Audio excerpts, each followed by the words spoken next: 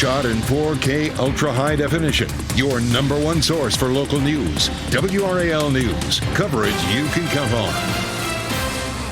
It's a quiet start to our Friday. Some brief showers possible today, otherwise more summer-like warmth. I'll let you know how long this warmth sticks around, and we'll see a better chance for showers and storms Easter Sunday.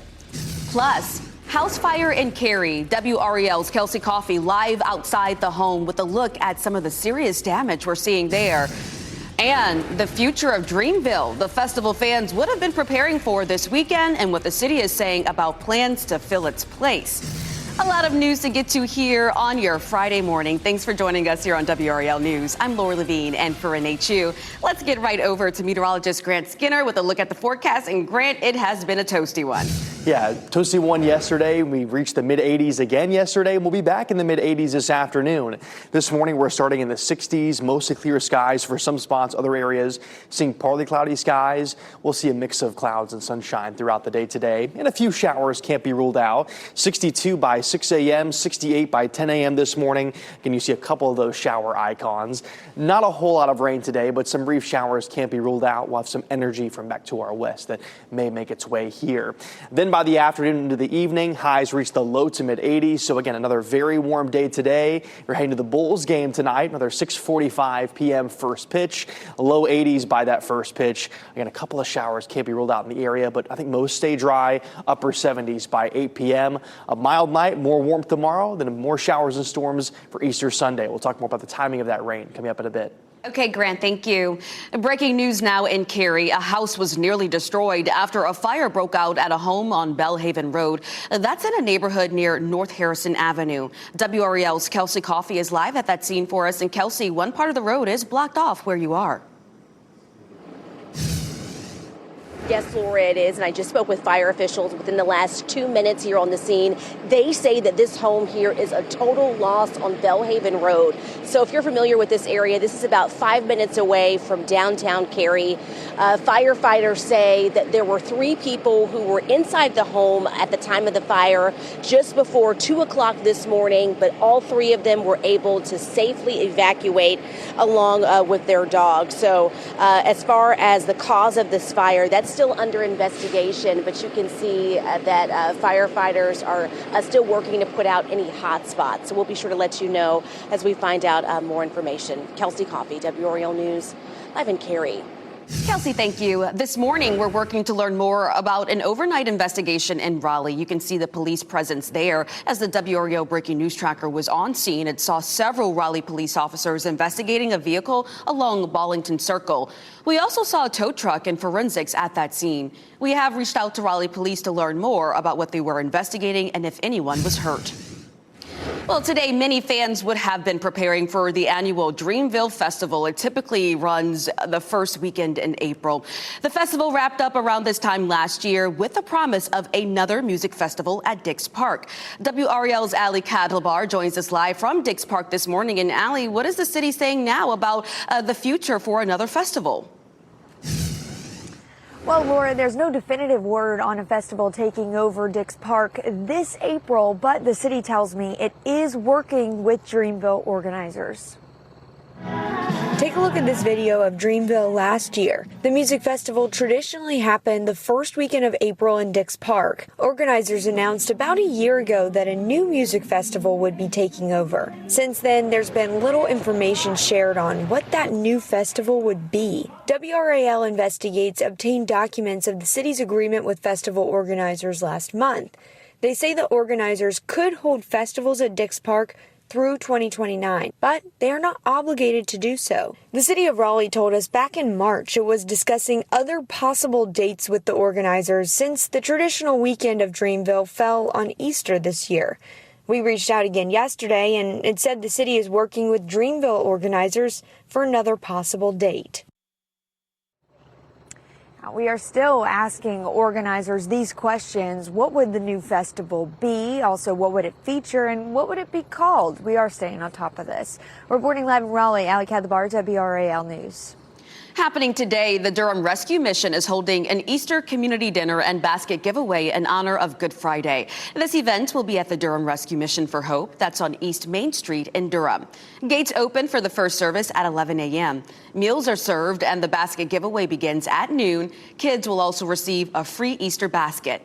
And the Catholic Diocese of Raleigh is holding a special Good Friday Mass tonight. Bishop Louis Zarama will lead the celebration of the Lord's Passion. That will be at the Holy Name of Jesus Cathedral on Nazareth Street. That starts at 7 p.m. Now to this major development, a big reversal for education funding. The state Supreme Court threw out a multi-billion-dollar plan to improve public schools in North Carolina. It's a decision that ends the long-running Leandro lawsuit. The suit accused the state of not providing an adequate education, something guaranteed in North Carolina's Constitution.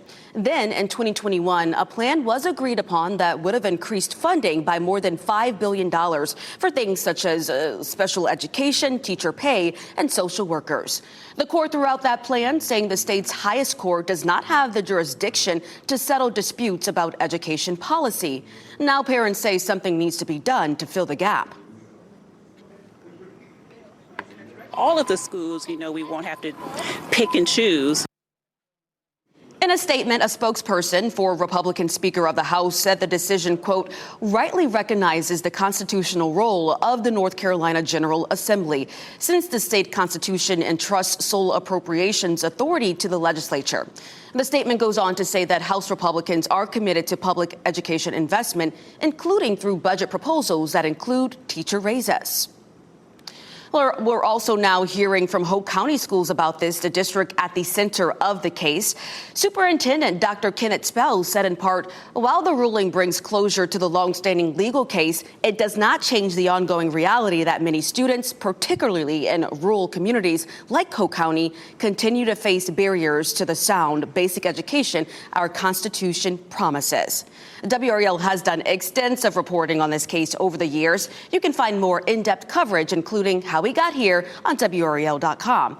You will also find an entire WRAL documentary focusing on Leandro on our YouTube page. Just search Leandro Lawsuit.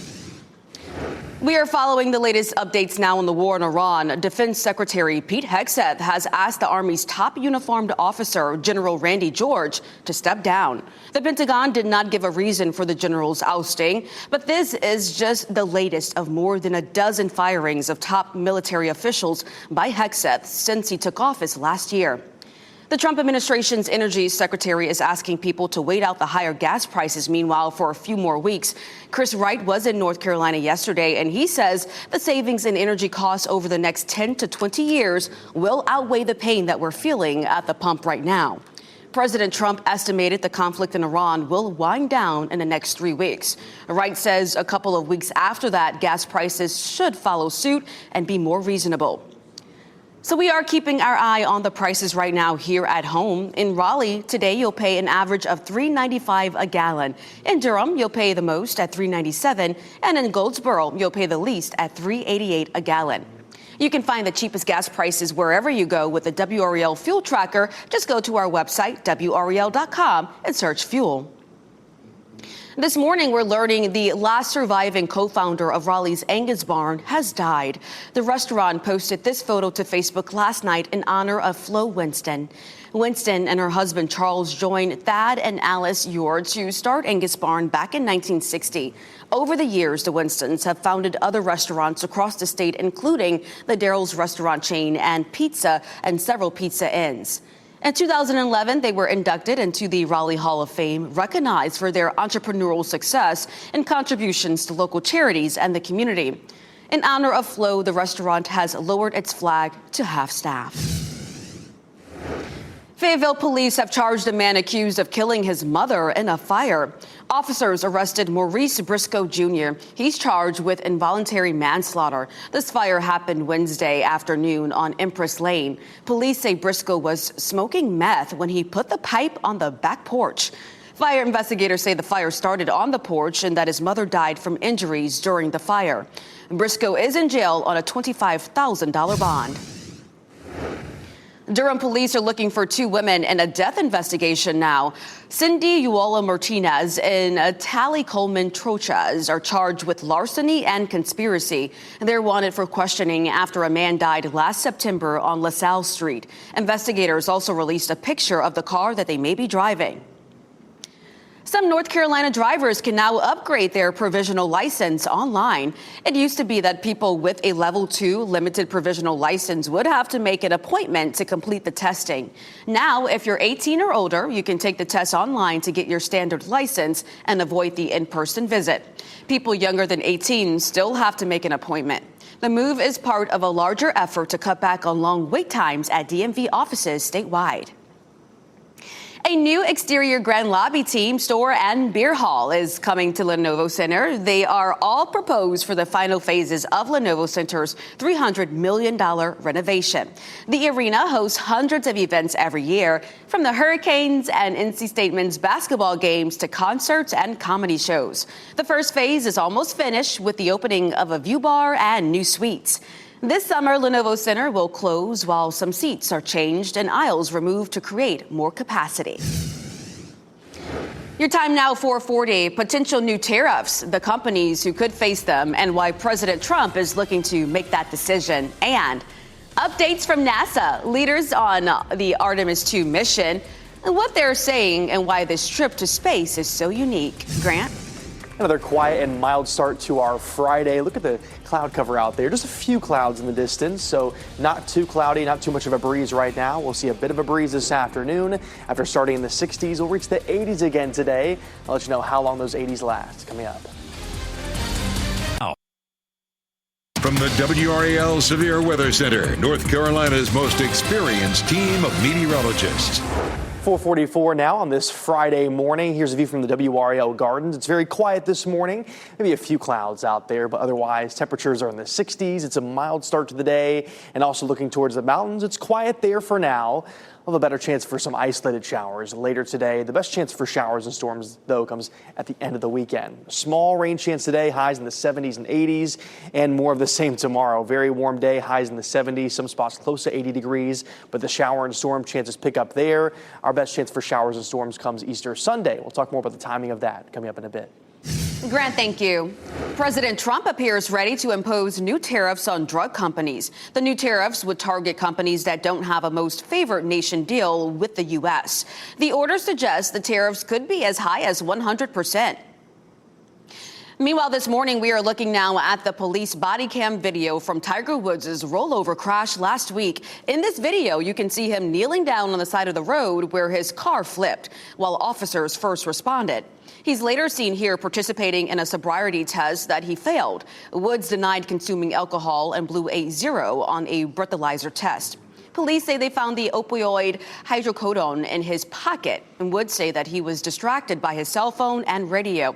He has pled not guilty to DUI charges and is due in court May 5th.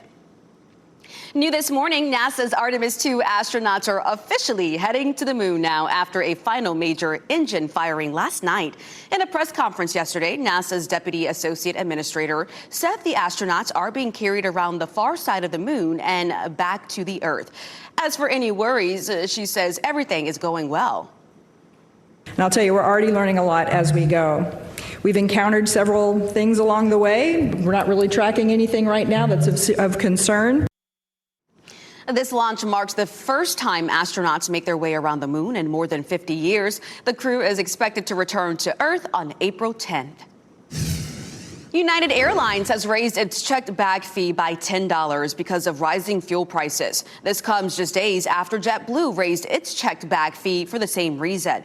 For United, passengers on most domestic flights will now pay $45 for a first checked bag if purchased in advance, and $50 if paid within 24 hours of departure.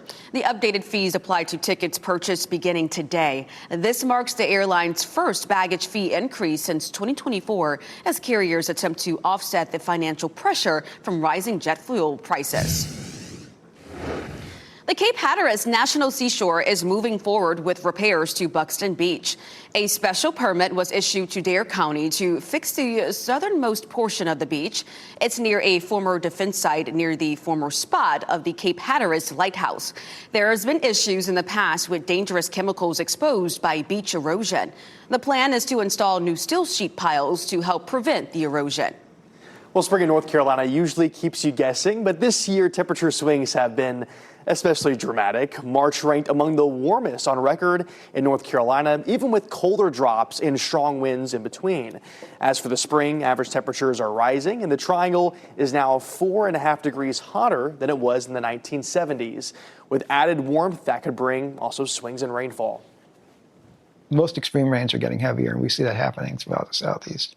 So that's kind of baked into the basic physics of global warming. And on the flip side of that, if it's warmer, the atmosphere is, when it's dry, it's thirstier, and things can dry out faster. And some other things to look out for. The early warmth is leading to higher pollen conditions as well, which we have certainly seen. The pollen come early and those counts certainly get higher. I think I mentioned this past weekend I had to express order some allergy meds because it caught me off guard. Plus, I'm not used to the allergies here. I was going to say, I haven't had allergy issues until I moved to North Carolina. And the past 2 weeks really have been tough, for sure. Kind of rough. And it will probably stay a little bit rough the next few weeks, but then we'll transition to summertime and it shouldn't be as bad. I want to start with this view from Rocky Mountain Mills this morning. Only a few clouds out there to start today. We're having some data issues this morning, so we aren't able to pull in those current temperatures and current conditions right now. As soon as that's fixed, we'll let you know. But temperatures are in the 60s right now. I just checked the observation in Raleigh, and we're at 66 degrees right now. Only a few clouds in the sky in Raleigh, but other spots are still seeing some scattered cloud cover with some extra energy moving out from the west. And a couple of showers are possible today. Highs will reach around 83 degrees today, 82 in South Hill, 84 Roxborough, 84 in Fayetteville. Again, with some of that energy from out west, we could see a couple of showers. That highest rain chance around 30%, 11 o'clock noon, and then a 20% chance for a couple of brief showers during the back half of the day. We'll have lots of sunshine today, though, so enjoy it. It should be a very, very nice Friday. 83 today, then 85 on Saturday, 77 by Sunday, and so we'll see a better chance for showers and storms on Easter Sunday. Let's time it out with Futurecast. This is 7 a.m. The majority of the showers and storms back to the north and west. Then by around noon, this line of showers and storms starts to move in. Moving through the Triangle closer to 2, 3 o'clock in the afternoon, continues to move south and east, finally moves out of the area closer to 4 or 5 o'clock, at least the main batch of showers and storms, with still some lingering light rain behind it, then drier by Monday. Highs cool to the upper 60s, low 60s by Wednesday, back to the 70s by Thursday, so another jump. But yeah, warm next couple of days ahead of that better chance for showers and storms on Easter Sunday. Okay, Grant, thank you. All right, topping the charts, the animated film setting this year's box office standard and the actress making her directorial debut.